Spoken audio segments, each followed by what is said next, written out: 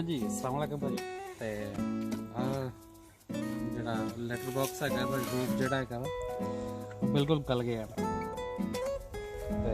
ਤੁਸੀਂ ਦੇਖ ਸਕਦੇ ਆ ਇਹ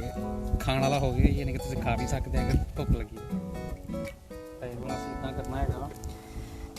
ਕਿ ਅਸੀਂ ਇਹਨੂੰ ਨਵਾਂ ਬਣਾ ਕੇ ਇਹਨੂੰ ਪੇਂਟ ਚੇਂਜ ਕਰਕੇ ਤੇ ਅਸੀਂ ਇਹ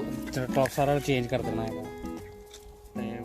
क्योंकि हर शायद बंद हैगी असी यानी कि सेम जी हैगी शायद असी मेरे को नहीं है तो मेरे को एक बोर्ड है उन्होंने यानी कि बस मैं कट वट के बिल्कुल उल्टा बना ये आप कट के तो मैं कहना फिर आप रेडी हो जाना अपने वास्ते इदा करके रेडी इदा रखना